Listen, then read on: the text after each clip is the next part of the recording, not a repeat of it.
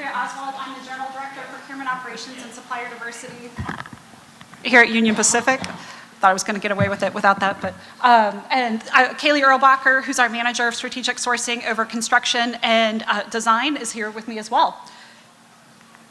So I wanted to give a quick overview of our supplier diversity program. I won't read through all the classifications recognized on the screen. You can read through that, but we do recognize most of the major classifications. So if your business is 51% owned by one of the following, or if you've received a certification from somebody like IDOT, we do consider you to be a diverse supplier. Union Pacific is really proud of our supplier diversity program. Since a lot of my peers in here, I'll go ahead and say we think we have the industry-leading supplier diversity program. In 2022, we had over $813 million spent with diverse suppliers, and that's all Tier 1 spend. That does not include Tier 2. So we're really proud of our program, but we're continually looking to grow. So we've made a lot of connections already today. I've got a big stack of cards, which is awesome. So really, really excited to meet folks and to onboard them into our program. Just wanted to highlight there on the side, you can see our Chairman, Lance Fritz. This is important to everybody at Union Pacific. I regularly report out to our senior leadership team, including the CEO, about what's going on in our program. We've got support from the top down. It's not just kind of an in-name only thing. So again, really, really proud of our program and what we're accomplishing. So just from a high level, wanted to give a little bit of an overview of our sourcing process. The majority of our projects over $50,000 are competitively bid. So as opposed to other kind of government programs, we typically don't have anything that are set-asides per se. We typically go through the competitive bid process. Those bids are not public. You have to be an invited bidder and a registered supplier typically to participate on those bids. I did want to say, you know, when we put bids out, we don't just look at, okay, who's the low bidder? We look at things including price, including timelines, including quality, to say who brings us the best total cost of ownership and the most value to the table, who's the best fit for this project. Another thing that I think is different from what I hear versus government contracting, our standard payment terms are net 30. That's something that, again, I'm really proud of and something that we think is a benefit to our suppliers, that we do have a more timely payment process than other organizations. And one other thing I did want to mention, typically with subcontracting, that's typically controlled by our prime contractor. We typically don't have a role in that process. Now, candidly, again, as we move forward on the CREATE project, that may look and feel a little bit different due to the size and scope of that project. But on our day-to-day projects, we typically do not control any of the subcontracting. I'm going to turn it over to Kaylee for the next two slides. Thank you. So now that you know how to be a supplier, what we consider to be valuable, the things we look into for our suppliers, your next question would be, how do I become one of those suppliers? And that's where this slide comes in. There's an easy way to register on our website. It's that suppliers apply to become a supplier, and that will queue to someone in the procurement team to look at that registration. You can also email the supplier diversity team, as well as if you have my business card, you can email that way and I can send you that specific registration as well. There's standard supplier requirements that we look for as well. Obviously there's insurance requirements.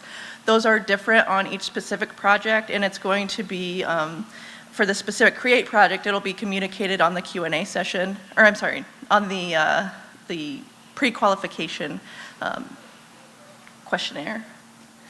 And then we use E-Verify for the employees who perform work on our property, and we also require anyone on our property to register and become E-Rail Safe certified.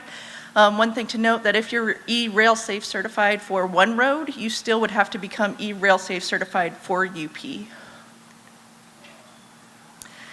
And just to give you guys a little bit of a preview for some of those pre-qualification questions specifically to this CREATE program, it's focused around the project, it's focused around safety, it's focused around getting those permits for this project, and it's focused around what your past experience has been. Do you have the experience to perform this type of work? And providing those standard references as well. If you have any questions, please feel free to come to our booth. We would be more than happy to talk to you.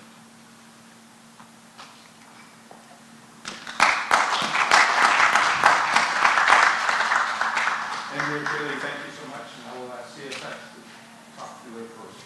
Thank you.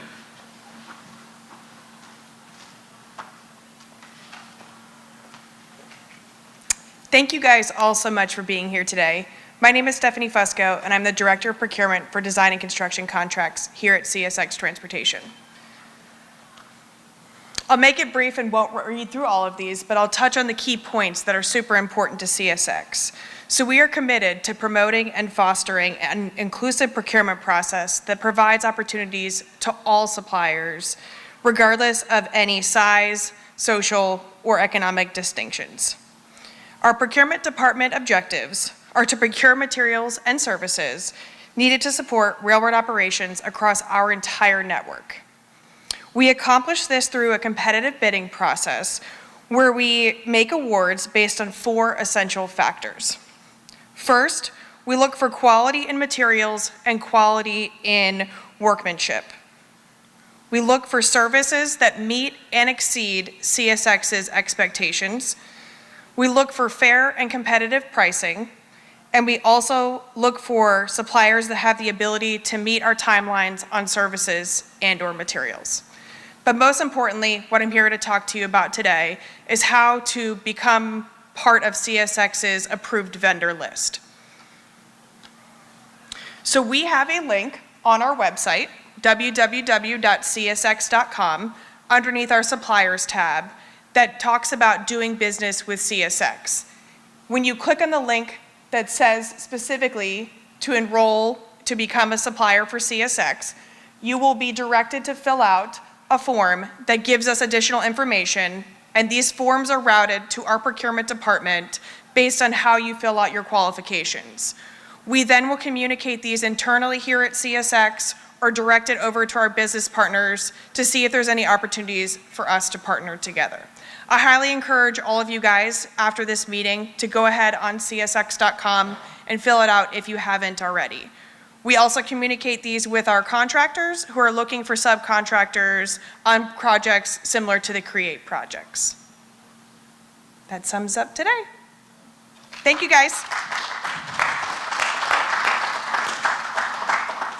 Thanks, Stephanie and Jackie from Norfolk Southern. Thank you.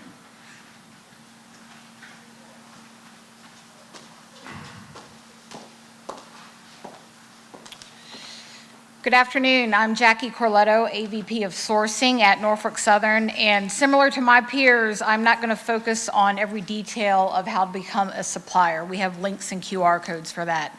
I do, however, want to focus on our supplier diversity program. And something that was crystal clear to me when I started this job, I transitioned from another job at the railroad only about 3 months ago, was Norfolk Southern's unwavering focus on increasing spending in small and diverse firms. It's proven inclusive sourcing not just benefits our customers and our shareholders, but it benefits the communities of which we are a part of. So extending our well-recognized DEI values to suppliers was really a logical next step for Norfolk Southern. Clicker. There we go.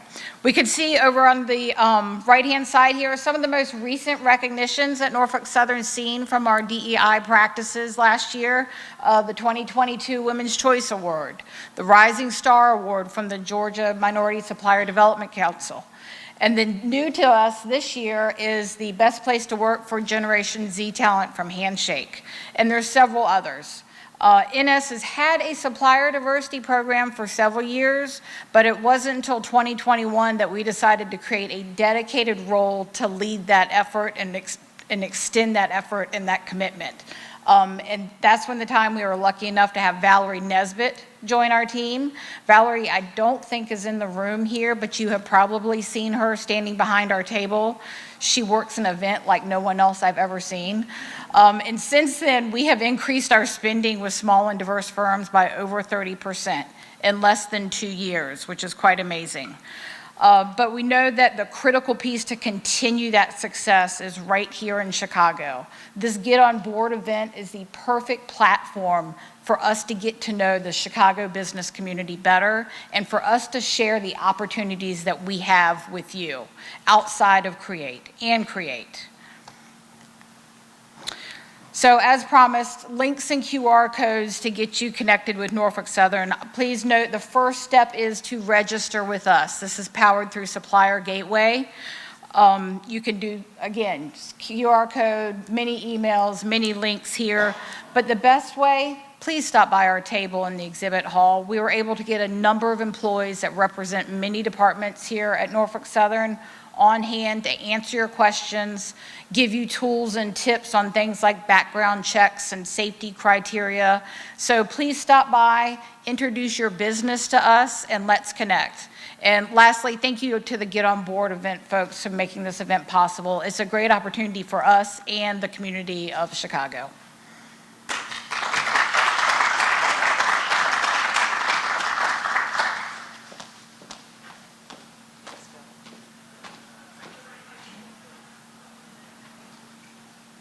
Thank you all very much for your participation here today.